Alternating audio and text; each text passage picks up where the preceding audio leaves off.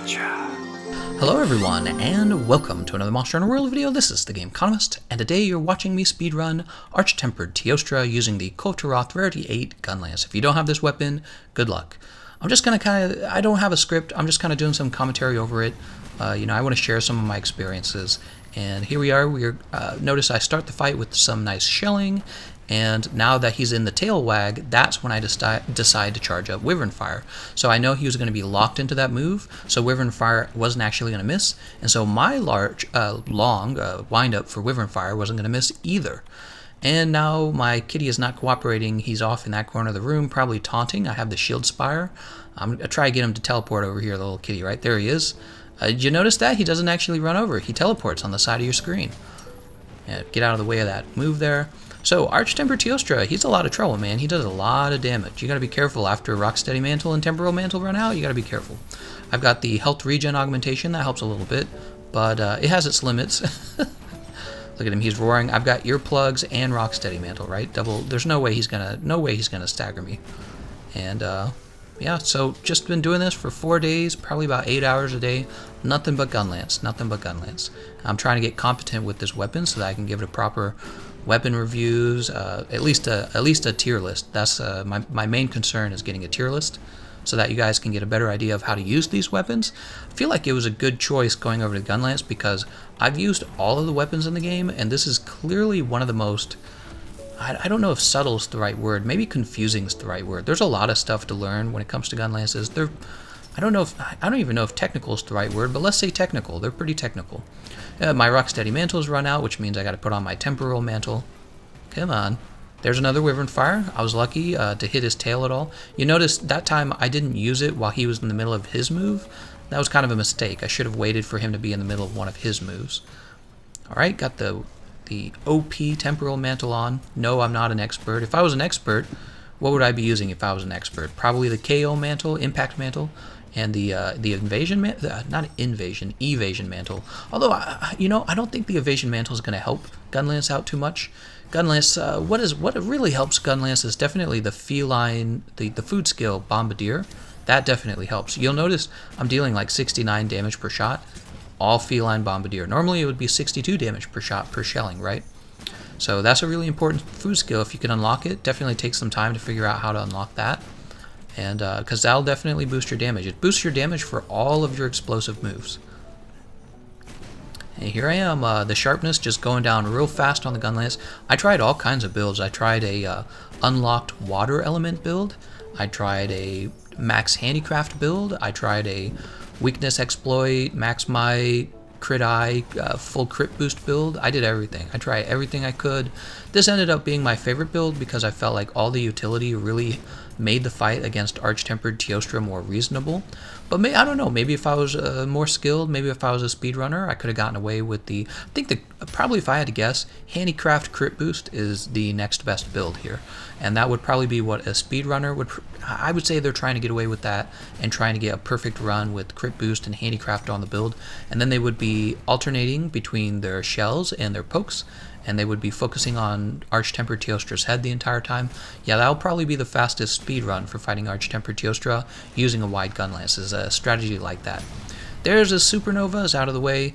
Nice and easy, all you gotta do is guard, no risk, unless you're almost dead, I guess. But you're not supposed to be almost dead. If you get in trouble, you're supposed to back off and heal, right? That's the whole idea, to play it safe. You can see just a simple running attack and he takes like a quarter of my health. Really damaging move. And let's see what's going on. So I got the white map. That means he's de-aggroed. He's going to move on to the next area. Now keep in mind, if I was doing a full damage build and I was proccing Evasion Mantle, got the crit boost and all that, you might just do enough damage with the Gunlance to keep Teostra locked in that stage of the fight. He never advances and you just wail on him the whole time. I feel like that's a little bit unreasonable just because of the amount of sharpening you have to do with the Gunlance, for example. That alone would make it tricky to keep Tempered Teostra locked down there. And just the fact that, I don't know, Gunlances, I'm told they do a lot of damage. They definitely blow up, right? Gunlances blow up. That's a fun way to describe them, but in terms of damage, I don't know. They definitely have some competition with their very close cousin, the Lances. I feel like the Lances have that small advantages, like the power guard into the counter strike and the advancing charge. I think that's the name of the move, advancing charge. So Gunlance has their advantage is that, well, explosive moves don't care where you hit the monster. You can hit them on the tip of their tail and it's going to do the same damage. And Gunlances also, when you're using an explosive shot, that move can't be reflected, right? That's the nature of an explosive attack. So you kind of have those advantages, but if you're like me and you're alternating pokes anyways, you still run the risk of having your move to get reflected off the monster. I notice, especially when you're advancing toward him and you're using, I don't know the name of the move, but it's where you kind of run forward and you do an upward stab, right? Like a lunge, if you want to call it that. I noticed that move gets reflected a lot. And when you're doing shelling, you don't get reflected very often, so there might be, that might be on purpose. They might have designed it that way. So here it is. I was very careful not to knock Tempered Teostra over. You don't want to knock him over because you want him to get into a fight with Tempered Kushala Daora, and then he moves on to this area. Notice I got to drop that rock on him before he lands, right? They're very important for speedrunning this guy. If he's going to make it to this stage, which means he made it to the stage where he fought Tempered Kushala Daora and got in the turf war. If he's going to make it to this stage, you are going to drop that rock on his head before he's done flying, because once the rock lands while he's flying, you get a guaranteed knockdown. If he lands first, it's likely that you're not going to get that knockdown. You're going to get the damage from the rock, but not the knockdown. So I knocked the first rock down. I want to head over to the next rock. You know, I'm doing my best not to die here because I don't have Rocksteady Mantle on, which means I'm going to take full damage. And I don't have the Temporal Mantle, which means, you know, I don't have cheesy easy mode where auto dodge kicks in, right? I don't have any of those things going on, so I got to be careful now. Got to be a little more conservative. And this is the difference between a good player and a bad player right here. Drop that rock on him. Bad players miss, okay? Don't be that guy. Don't be the guy who drops the rock and makes it miss. You got to be patient. You got to make sure you drop it on the monster after they've used a move, right? That's the whole idea. There we go. You'll notice I got Wyvernstake off on Teostra's head. Highly recommended. I did testing in the training room, and it revealed that the Wyvernstake combination is always a high damage combination. So when the monster is knocked down and you can get them on the head like that or get them on a weak spot, definitely go for the Wyvernstake. He's using attack. Notice I'm being real conservative, like I said earlier. I don't want to get hit by any moves that are going to put me in one-shot range or will even one-shot me, right? He does a lot of damage. Now I'm kind of backing off. I'm heading over to this corner where I'm near the exit of the room. I've been doing this the whole game. If you didn't notice, every time I fight him, I kind of bring him near the exit in case I want to chase after him real fast. And really, I'm near the end of the fight, so I know he's going to start limping soon, and he's going to try and escape to his nest, which is why I have the flash pods ready, right? Look, I got those flash pods. They're ready. And now I'm just being real conservative. I'm going to let my Palico do a little damage. I got the Palico skill all the way to level 5, so I'm not in any rush. And there he is. He's oh, I'm sorry, he's not escaping. He's using his Supernova again, which, once again, I just kind of guard it. That's the advantage of having the big, heavy shields, right? Just kind of guard a move like that. It doesn't it doesn't pierce your shield too much, do too much damage through the shield.